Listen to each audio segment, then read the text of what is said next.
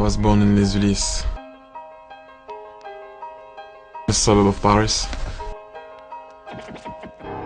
Growing up there was pretty tough. Trying to get away from troubles. Stuff were happening down in front of my building sometimes that, that I wasn't supposed to see. Drugs, people shooting at each other and stuff like that. But thankfully for me, I had some good parents. I was allowed to go down to play football though, and that's all I wanted to do.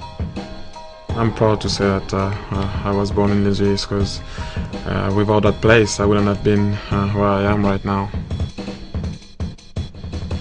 We had one ball for the whole neighborhood, so as you can imagine, at least like 30 people running around to grab a ball, and if you have it, you have to make sure you're quick enough to run away, or you're strong enough. You're never quick enough and you're never strong enough, because they always catch you. You learn how to to be strong, to act like a man. And it's strange to say that, but when you're in the neighborhood, you have to act like a man. When you're only 8, 9 or 10, you're nowhere near being a man, but you have to act like one. I always said, you get out of the neighborhood, but the neighborhood always in you, so you have to remember where you come from and use it.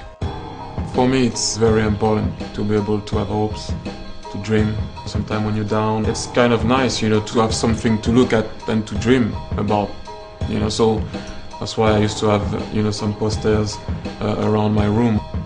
Sometimes you always try to think that you are Marco van Basten, in your own head. And so yeah, that was pretty important, that keeps you going and gives you a smile before you go to sleep. I grew up with when the whole hip-hop movement was growing up too. The whole movement was about putting a message out there and be recognized and be heard. So that's something I can relate to.